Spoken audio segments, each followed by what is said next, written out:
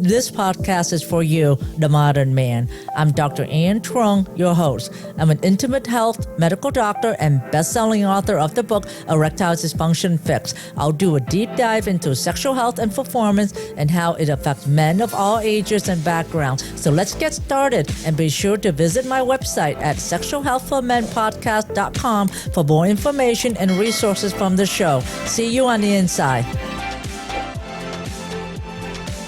In this episode, I will teach you how decreased blood flow causes ED and other causes for ED such as smoking, alcohol, marijuana, obesity, and others.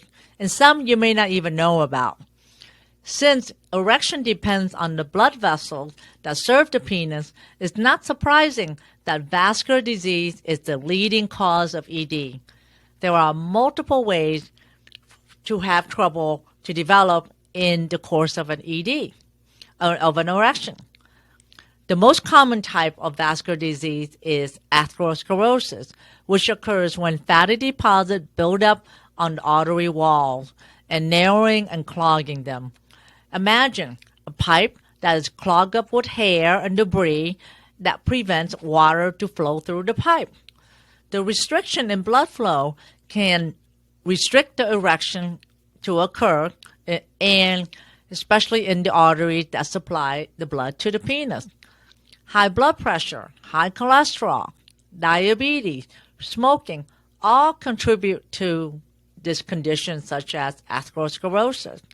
This blockage starts in the arteries like the aorta in the abdomen, which supplies the blood flow to the pelvis and the penis. If you have a blockage in the aorta, like an abdominal aortic aneurysm or AAA, the nerves and the arteries to the penis lie below the aorta. So an aneurysm or AAA can decrease the blood flow to the penis. This is called proximal blockage. This is one of the reasons why ED medications such as Viagra and Cialis do not work as a treatment for ED, because they do not address the cause of the blockage or the venous leak. Now, venous leak is where blood seeps out of the veins in the penis during an erection instead of being trapped inside.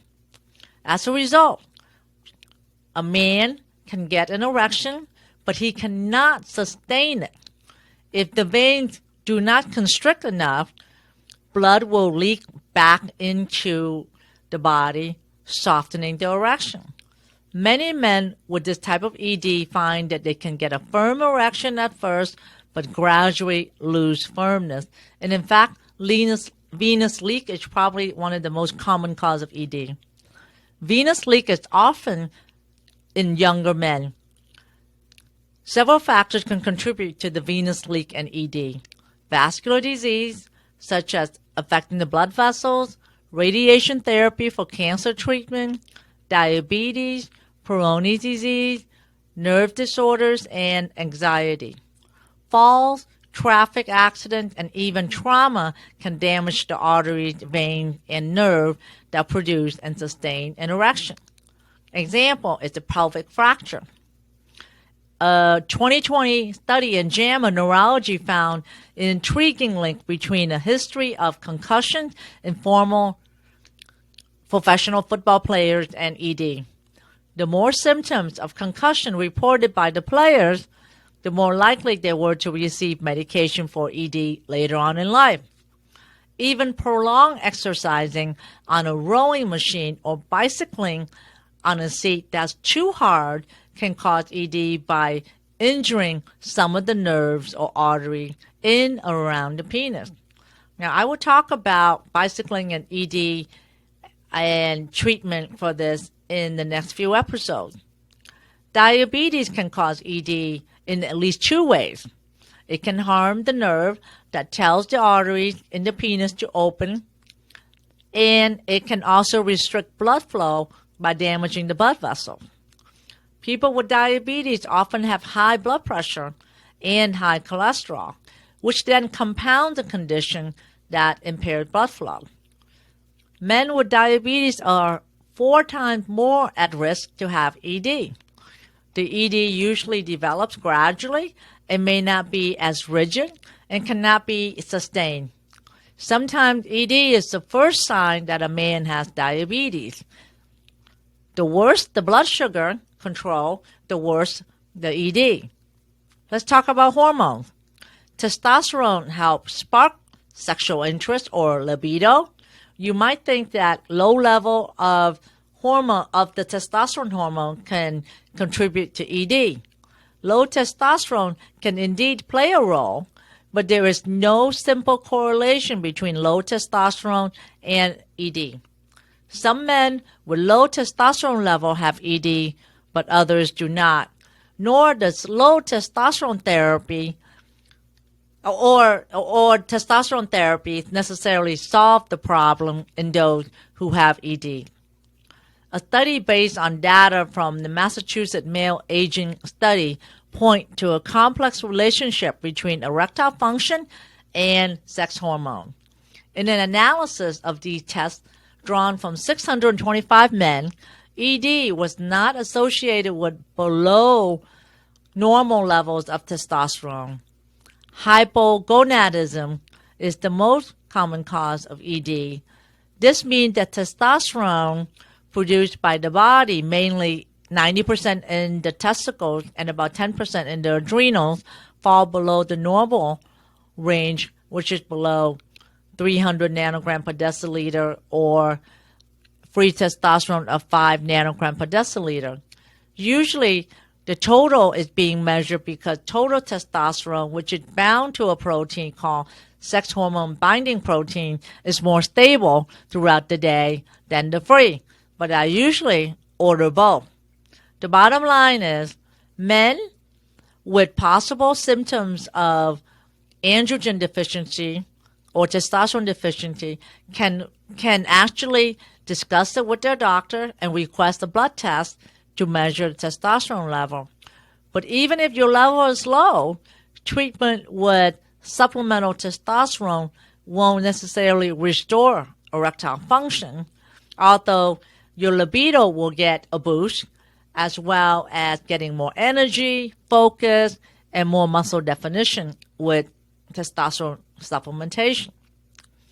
Even thyroid, low or high, can affect ED by disrupting testosterone balance.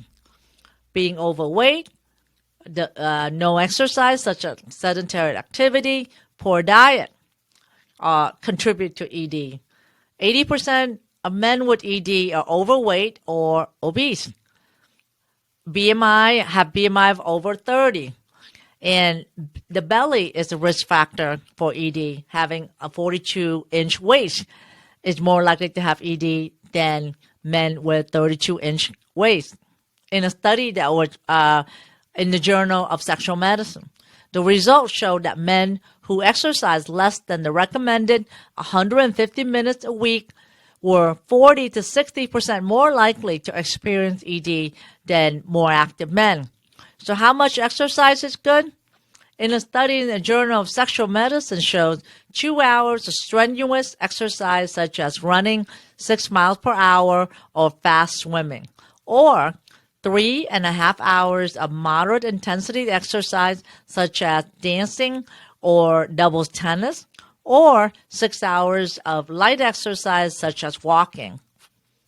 Poor diet with processed food, simple carbohydrate, fried food cause weight gain and heart disease. A Mediterranean diet is recommended. It is a diet high in vegetables, fruit, legume, nuts, beans, cereal, multigrain bread, fish, and unsaturated fat such as olive oil. It usually includes a low intake of meat and dairy food. It is high in antioxidant, omega-3 fatty acid, which can fight inflammation and keep blood vessels healthy. Smoking. The more cigarettes you smoke, the higher your risk of ED. Smokers are 50% more likely to develop ED. Smoking can directly interfere with the nitric oxide signaling system that produces an erection. And of course, smoking damages your arteries. Heavy smoking or smoking more than 20 cigarettes a day causes severe ED that happen and unfortunately may not be reversible following smoking cessation, possibly because the damage to the already occurred to the delicate blood vessel at that time. However, there is some good news. There is some mounting evidence that some damage is reversible if smoking is stopped prior to middle age and is not restarted. So how much is bad for smoking? A 29-pack history per year is responsible for significant increased risk for ED compared to someone who smoked like 12-pack year history. And this carries the same risk factor as for a non-smoker. Alcohol and substance abuse. Light to moderate drinker or men who average 1 to 2 drinks a day are 33% less likely to have ED than non-drinkers. According to a Harvard health professional follow-up study, heavy drinking can make ED worse. For one thing, alcohol can inhibit sexual reflexes by dulling the central nervous system or the brain. Drinking large amount of alcohol over a long period of time can also damage the liver, leading to a hormonal imbalance, in this case, raising the level of estrogen. Alcohol causes dehydration, which then decreases blood volume and increase angiotensin release, a hormone that is associated with ED. Long-term alcohol abuse can actually cause damage to the nervous system, which is responsible for triggering the signals that cause an erection. Studies have also shown that prolonged alcohol abuse can cause irreversible damage to the nerve to the penis. Alcohol can affect orgasm, ejaculation, and also can decrease testosterone. So drinking 2 drinks a day does not contribute to ED. Illegal drugs such as marijuana, cocaine, heroin, barbiturate, and amphetamine can trigger problems by acting on the central nervous system or the brain. Some men find that their sexual performance improves when they use marijuana. For instance, if men become less anxious, they may have better ejaculatory control.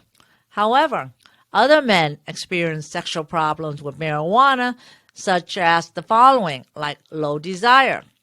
Marijuana can cause men to lose their motivation for sex.